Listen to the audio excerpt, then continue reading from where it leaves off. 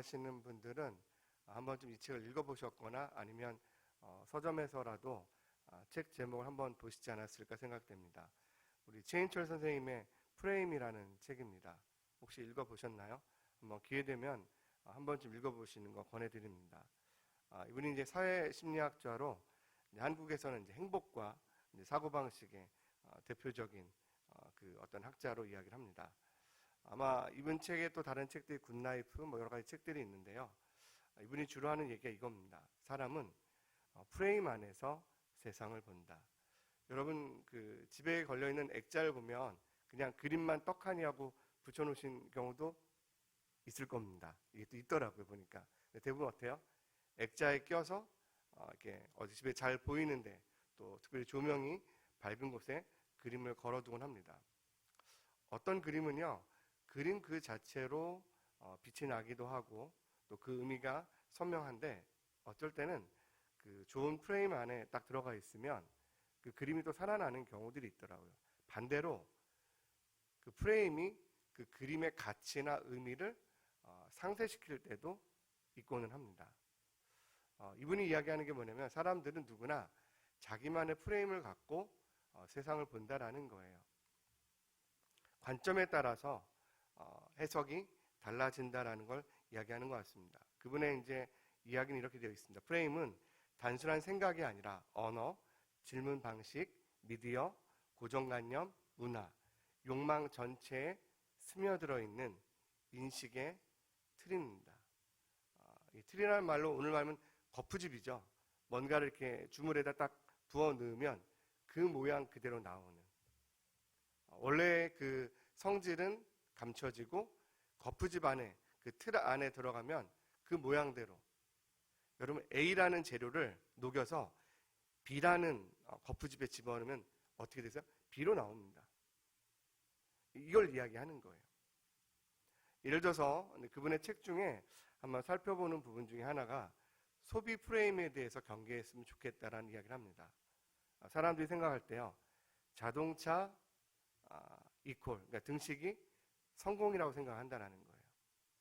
명품, 그러면 가치 있는 존재로 생각한다는 겁니다. 누군가 그 사람이 바쁘면 유능하기 때문에, 능력이 많기 때문에 바쁘겠거니 하고 생각합니다.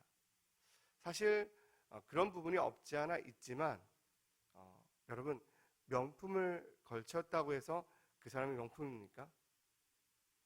그 사람의 인품과 삶이 증명해 줘야죠. 그 사람의 태도가 인생의 고도가 되는 것입니다. 어느 그 유럽의 철학자의 말처럼 우리 인생에서 상당한 부분들은 우리의 태도가 우리 인생의 고도를 결정해 나갑니다. 또 그 책 중에 재밌는 것 중에 하나가 뭐냐면 사람을 보는 프레임이 있어요. 이 부분은 제가 여러분들 책 한번 읽어보기를 권해드립니다. 왜냐하면 제가 그 얘기를 해드리면 알맹이를 다 말씀드리는 거잖아요. 근데 오늘 대신에 제가 이 프레임 이야기를 성경 안에서 한번 찾아봤으면 좋겠습니다. 오늘 본문에 나오는 사건과 제가 지금 앞서서 찬찬히 설명드린 이 프레임과 연결되는 부분들이 있어서 한번 저와 여러분이 한번 곰곰이 생각해 보셨으면 좋겠습니다. 오늘 예수님께서 장막절 그 이후에 어떻게 보면 이제 유대인들의 반발이 되게 커지게 됩니다. 그래서 좀 예수님 어떻게 다니시는 게 힘들 정도로 어려울 정도로 좀 곤란한 상황들이 몇 번 있었습니다. 심지어 돌을 들어서 예수님을 치려고 했던 적도 있었기 때문에 예수님께서는 예루살렘 성전을 떠나서 다른 길로 나가시게 됩니다. 근데 그 노중에서 가는 길에 날 때부터 맹인이었던 사람을 만나게 됩니다. 근데 이때 제자들이 예수님께 질문을 드립니다. 예수님, 이 사람의 맹인된 것이 누구의 죄 때문입니까? 자기 자신의 죄 때문입니까? 아니면 부모의 죄 때문입니까? 그 당시의 사람들의 생각은 자기 자신의 죄이거나 아니면 부모의 죄로 간주했습니다. 뭐 언뜻 우리가 부모가 죄가 많아서 뭐 우리 어른들이 그러잖아요. 내가 죄가 많아서 너희가 이렇게 고생한다. 뭐 그런 의미로 이야기할 수도 있겠죠. 그런데 자신의 죄라고 말할 때는 언뜻 이해가 되지 않습니다. 후천적으로 맹인이 된 게 아니고 선천적으로 맹인으로 태어난 이 사람에게 자신의 죄라고 이야기하는 것도 이렇게 질문이 생깁니다. 근데 그 당시 랍비들이 사람들에게 강론할 때 이렇게 가르칩니다. 태어나기도 전에도 사람은 죄를 지을 수 있다. 그래서 그 죄 때문에 이렇게 된 것이다. 아니면 그 부모의 죄로 이렇게 된 것이다. 여러분 그게 맞습니까? 오늘 여기서 제자들이 던지는 질문 속에 이미 그들은 답을 갖고 있어요. 그리고 사람들이 갖고 있는 고정관념에 대해서 그들은 갖고 있었습니다. 이미 제자들이 갖고 있는 프레임은 뭐예요? 저 사람은 죄인이라서 저렇게 된 거야. 잘못한 게 많아서 저렇게 된 거야. 부모의 죄든 아니면 그 자신의 죄든 그래서 저렇게 되는 거야. 그게 맞습니까? 아닙니다. 그렇지 않아요.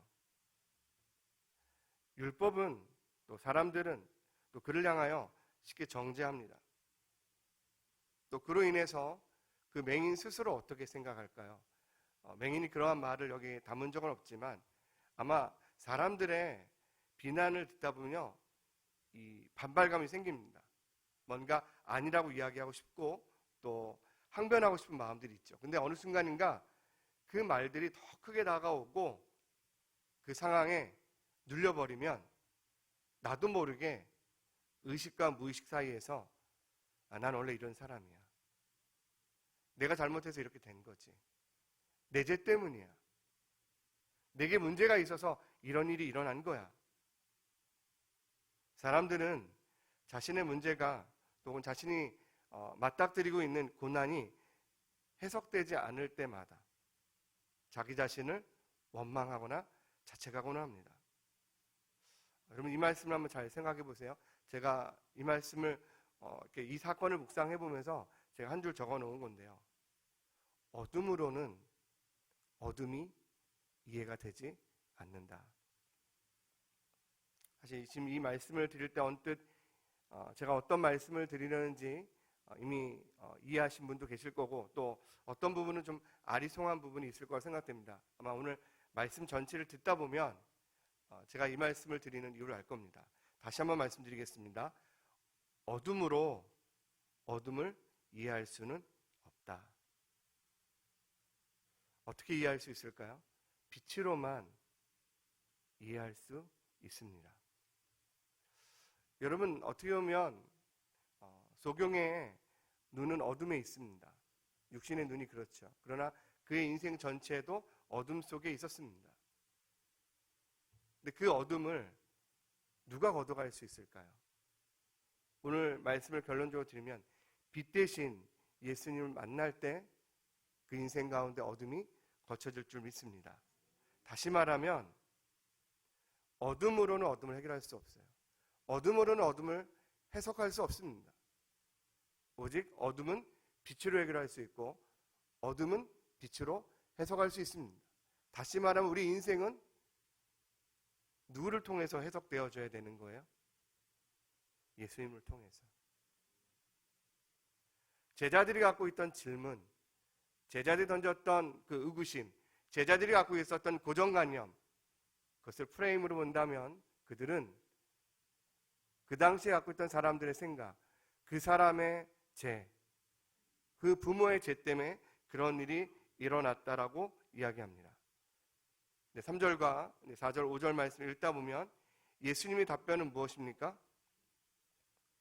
예수님 얘기하십니다.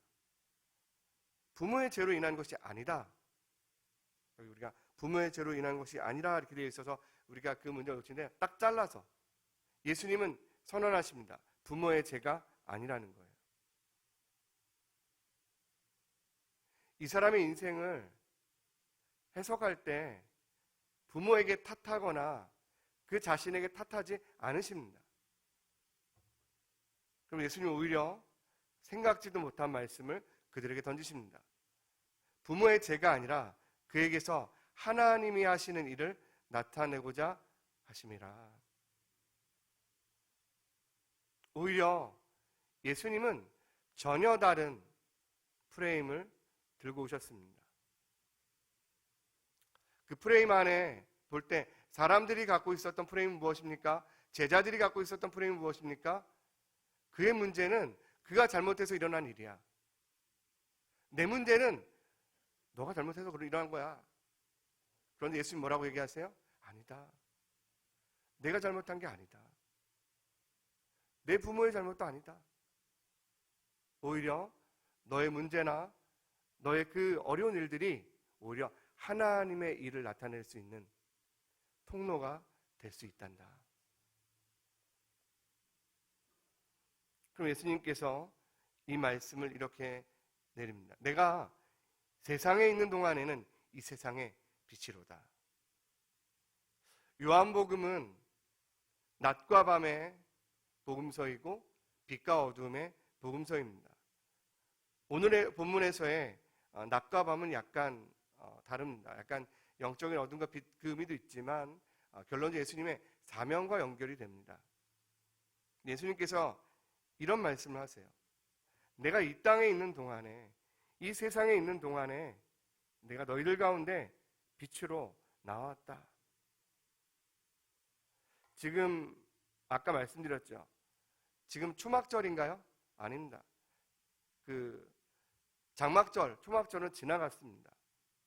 지금 이미 초막절은 지나간 지 한 2달 정도 됩니다. 그러니까 그 10월 중순에 장막절이 지나갔다면 지금이 한 12월 초순이나 중순쯤으로 되거든요. 이때 이스라엘 백성들 절기가 뭐가 있죠? 네, 성경에는 이렇게 어떻게 보면 이렇게 공식적인 구약의 절기는 아니지만 이스라엘이 그 포로 후기에 갖고 있었던 절기 중에 하나. 지금도 유대인들이 오히려 유월절만큼 잘 지키는 절기입니다. 심지어 미국에서는요, 일부 주에서 이날이 공휴일입니다. 하누카, 수전절이라고 마카비 혁명을 통해서 일부 하나님의 성전을 수복했던 하나님의 영광을 되찾으려고 했던 이스라엘 백성들의 시도와 그 의미를 살리기 위해서 그 후대의 사람들이 지금도 이 수전절, 이 하누카를 지키고 있습니다. 아마 미국 여행하다 보면 이게 공공장소의 달력 같은 데 보면 하누카가 이게 쓰여 있어요. 이때 어떠한 보면 아이들이 학교에도 안 가고 또 유치원도 안 가고 집에서 시간들을 보냅니다. 이 절기의 특징 중에 하나가 뭐냐면 그 일주일 내내 촛불을 켜놔요. 어둠 속에서 하나님이 우리의 빛 되신다. 성전 가운데 빛이 임하면 우리 가운데 다시 영광이 주어질 것이다. 이 수전절을 지내고 있는 이스라엘 백성들에게 어떤 그들의 삶을 타개할 빛이 다가오기를 기대하는 그 사람들에게 예수님이 그들에게 말씀하십니다. 이 수전절의 절기 한복판에 내가 이 세상의 빛이다. 지난주의 말씀과 연결되는 부분이 있죠. 우리 이 세상 속에서 누가 진정한 빛이신지 한번 여러분 인생 가운데 고민해 보셨으면 좋겠습니다. 그러면 예수님께서 그에게 어떻게 하세요? 저는 예수님이 소경 고쳐주실 때마다 이렇게 하시는 이유를 잘 모르겠어요. 왜 침을 뱉어가지고 진흙을 이겨서 그 눈에 발라줄까? 제가 지난 여름에 마가복음 8장 22절부터 26절 그 벳세다 소경 말씀 전할 때도 그랬잖아요. 고쳐주시는 건 좋은데 왜 침 발라가지고 고쳐주실까? 저는 좀 예수님의 손길이지만 예수님의 침이지만 좀 싫을 것 같아요. 믿음이 없죠. 네, 참 이게 목사가 믿음이 없습니다. 여튼 간에 제가 이제 오늘 이런 기억하시겠죠. 제가 이 말씀을 목사 한 사람은 믿음이 없지만 이 사건의 중요한 행위가 뭐예요? 예수님이 침을 뱉어가지고 진흙에 이겨서 그 눈에 발라주십니다. 또 예수님이 또 고마운 건 뭐냐면 지난번 벳세다 소경보다 좀 나은 것 같아요. 실로암 못에 가서 씻으라고. 저 같으면 잽싸게 가서 씻었을 겁니다 아마. 이 실로암의 뜻이 무엇입니까? 보냄을 받았다라는. 여러분 그 슬픈 실로암 들어본 적 있으세요? 군인들이 군가만큼 좋아하는 게 실로암이거든요. 제가 한번 그 군생활 때 내부만에서 저희 고참이 노래를 너무 잘하는 거예요. 그리고 또 후임 중에 한 명이 한양대 노래패에서 이제 그 노래를 부르다 왔는데 이 두 사람이 노래를 부르면 너무 좋은 거예요. 근데 이 고참이 가끔가다 실로암을 불러요. 아니 내부만 다 한 11시쯤 됐는데 잠이 들었는데 작은 목소리로 실로암을 부릅니다. 제가 속으로 저 인간이 왜 저러나, 잘 때 자지 왜 안 자고 사람들 힘들게. 또 제가 속으로 예수도 안 믿으면서 저한테 이럽니다. 조장원 상경 딱 불러요. 네, 그렇게 부르면 실로암의 의미가 무엇인가? 저한테 딱 물어봅니다. 보냄을 받았다라는 겁니다. 그래서 자기는 군대에 보냄을 받았는가? 뭐 이러면서 이렇게 계속 이런 얘기를 합니다. 그러면 이제 그분이 이제 한 가락 딱 하면 그 이제 한양대 그 후임이었던 그 후임이 정말 슬픈 실로암을 불러요. 딱 이렇게 해요. 그 고참이 이럽니다. 슬픔 실로암 일발장전. 딱 보면 이렇게 부르거든요. 뭐냐면 실로암을 단조로 부르는 거예요. 여러분 한번 집에 가서 오늘 여기서 해보시면 분위기 어려워집니다. 한번 집에 가서 혼자 한번 실로암을 단조로 한번 불러보세요. 이게 묘한 매력이 있습니다. 근데 제가 이제 실로암의 의미를 군에 그때 많이 생각을 해봤는데요.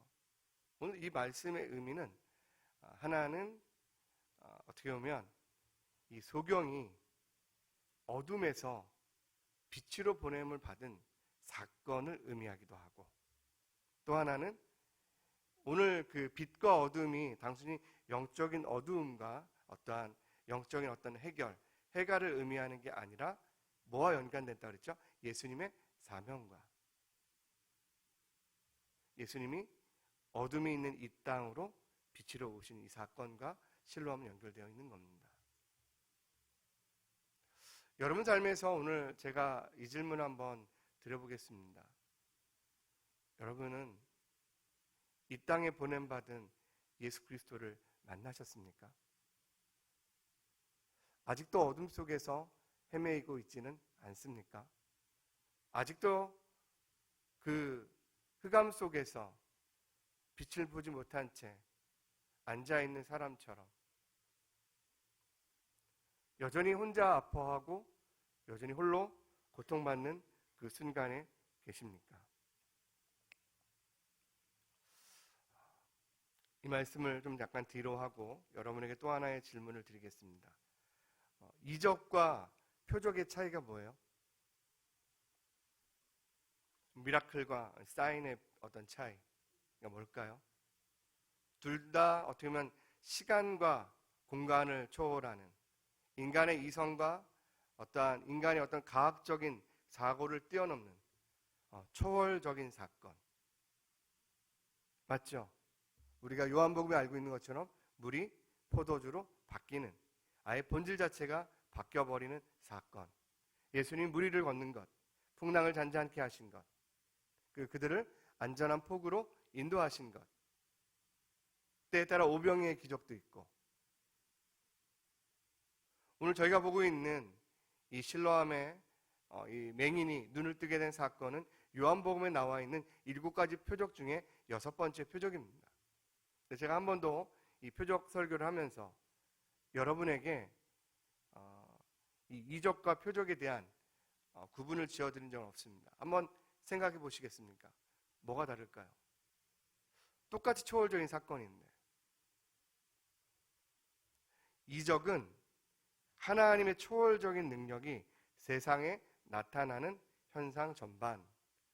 또 이렇게 말하면 또 어렵죠? 그냥 우리가 생각할 수 없는 일들이 우리 눈앞에 펼쳐진 것. 의료진은 포기했는데 고쳐주신 것. 또 어떻게 보면 이 성경 안에 나오는 이 사건들, 그런 것들 하나하나가 이적이죠. 미라클이죠. 기적입니다. 표적은 무엇입니까? 이를 대하는 이 이적과 기적과 같은 인간의 이성과 과학을 뛰어넘는 초월적인 사건이 우리 눈앞에 일어났을 때 우리 마음 가운데 일어나는 믿음을 말합니다.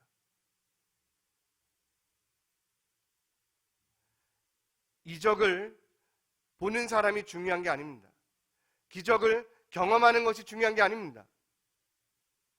그 초월적인 사건, 인간의 힘으로 할 수 없는, 나의 힘으로 할 수 없는, 나의 능력으로 할 수 없는 그 사건 속에서 하나님을 만나게 됐을 때 그 사건들을 경험하면서 내게 믿음이 생기는 것을 의미합니다. 여러분들에게 저는 이적이 일어났으면 좋겠습니다. 저는 저희 교회가요, 상식적인 교회였으면 좋겠어요. 세상 사람들이 볼 때 손가락질하는 교회가 아니라 세상 사람들의 상식에 부합할 수 있는, 또한 동시에 저희 교회는 기적이 상식이 되는 교회가 됐으면 좋겠습니다. 하나님의 역사가 여러분 인생 가운데 날마다 일어나며 자녀들 가운데 동일하게 일어나며 이 몸된 교회를 통하여서 하나님의 기적과 같은 일들이 끊임없이 펼쳐지기를 소원합니다. 그러나 동시에 우리에게 중요한 건 그 기적과 이적과 함께 우리 안에 그것을 보면서 이게 하나님의 표적이구나, 단순한 미라클이 아니라 하나님이 우리에게 보이시는 구원의 사인이구나, 하나님 역사의 사인이구나, 그러면서 하나님 살아계시는구나, 내 인생 가운데 나를 고치시는 하나님 보면서 하나님 살아계시는군요. 우리 공동체 지체 가운데 어려운 일 만나서 주저앉은 사람에게 인생의 반전의 역사를 쓰시는 하나님을 보면서, 기적의 사건들을 보면서 하나님 그 사람의 인생 속에 살아계십니다. 우리 가운데 살아계십니다.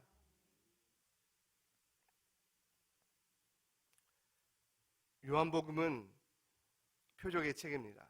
예수님께서 여러 표적들을 나타내시면서 사람들의 오해를 불러일으키셨습니다. 그러나 예수님께서 그 오해가 있을 때마다 그 오해를 불식시키고 그 표적의 의미들을 하나씩 강론해 주셨습니다. 오늘 말씀 속에서 예수님이 이야기하는 게 무엇입니까? 에고 에이미, 내가 누구냐? 예수님 지금 말씀하십니다. 나는 세상의 빛이다. 한 사람의 인생을 눈은 뜨게 하심으로 인해서 이 사건이 모든 이에게 일어날 수 있다는 걸 보여주시는, 한 사람의 어둠이 걷어가면서 그 인생 가운데 빛이 임하는 걸 보여주시면서 우리 인생 가운데 어둠을 종식시키시고 빛을, 그 찬란한 빛을 보여주실 수 있다는 걸 알려주시는 겁니다.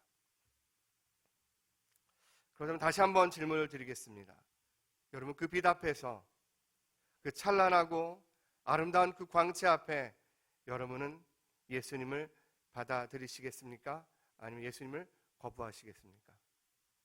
요한복음 1장 11절에 있는 말씀, 저가 자기 땅에 오매 자기 백성이 영접지 아니하매, 그 다음 말씀 12절 말씀에 곧 그 이름을 믿는 자들에게는 하나님의 자녀가 되는 권세를 주셨나니.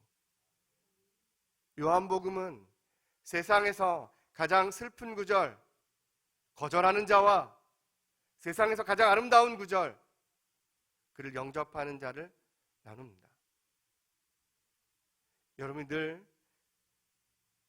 인생 가운데 하나님의 빛이 비춰지고 그 빛이 여러분의 인생 가운데 나타나기를 소원합니다.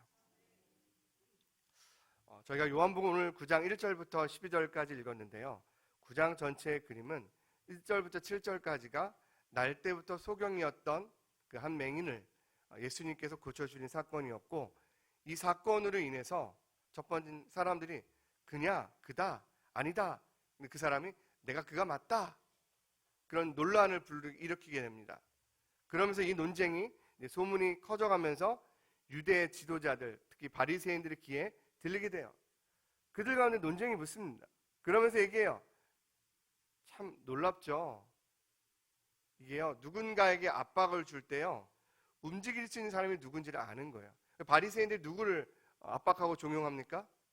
소경이 아니라 그 소경의 부모를 불러서 압박합니다. 이게 하나님의 일이라고 말하면 너 출교시키겠다, 너희 가정 다 출교시키겠다. 부모는 그래서 그 기적과 같은 사건을 보고도 어떻게 해요? 말하지 못합니다.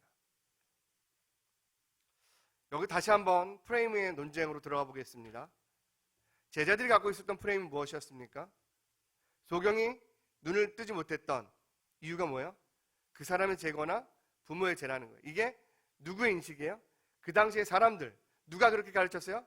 랍비들이, 바리새인들이 율법을 그렇게 해석했습니다. 바리새인들은요, 자신들이 갖고 있는 프레임으로 사람들을 가둬두기 시작했어요. 그리고 그 말을 듣느냐 안 듣느냐에 따라서 이거를 출교시키는 문제로 사회적으로 격리시키겠다고 그들 얘기합니다. 방출하겠다고 이야기합니다. 하나님의 말씀을 지키는 사람들이, 하나님의 말씀을 가르치는 사람들이 오히려 그들은 어떻게 합니까?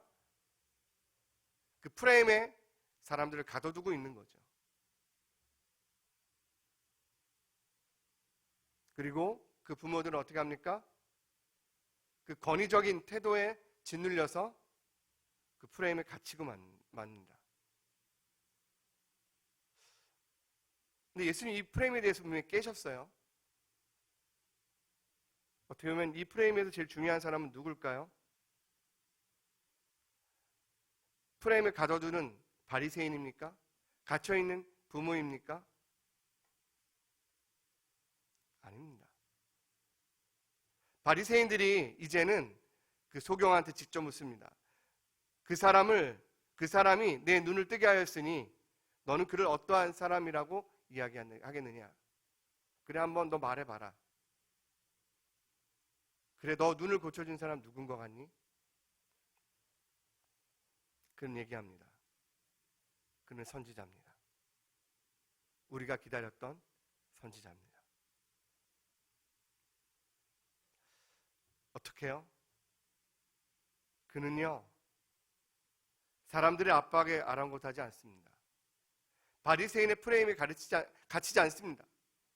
부모가 갇혀있는 그 프레임에 갇히지 않습니다. 왜요? 그는 그 어둠의 프레임을 지나서 빛의 프레임으로 들어왔기 때문입니다. 그는 어둠을 지나서 빛으로 걸어온 사람이기 때문입니다. 이미 눈을 뜬 사람이기 때문입니다.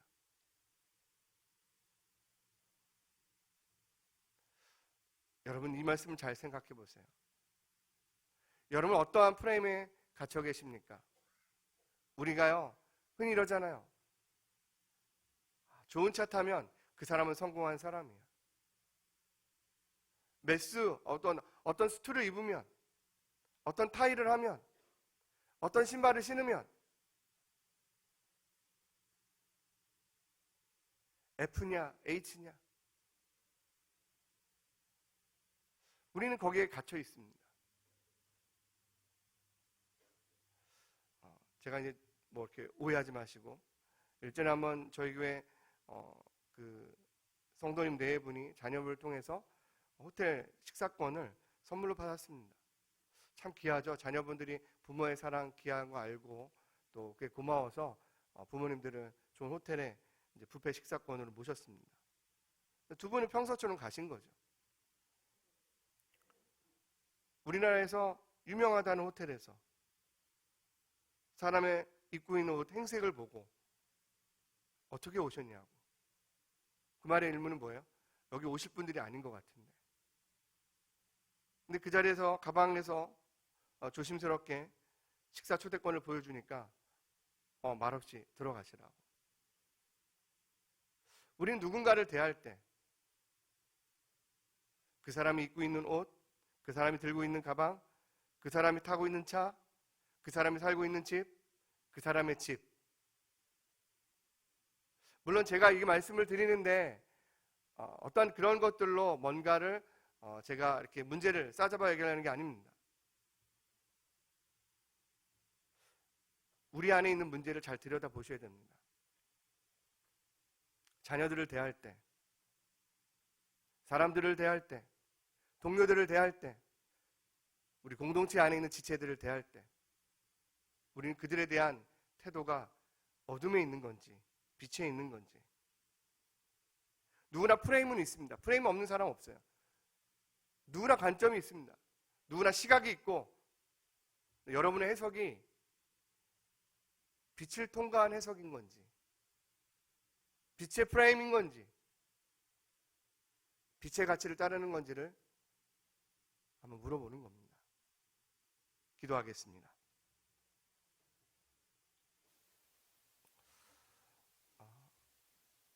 장막절 그 강화 이후에 유대인들의 거센 반발로 인해서 예수님은 예루살렘 성전을 떠났습니다.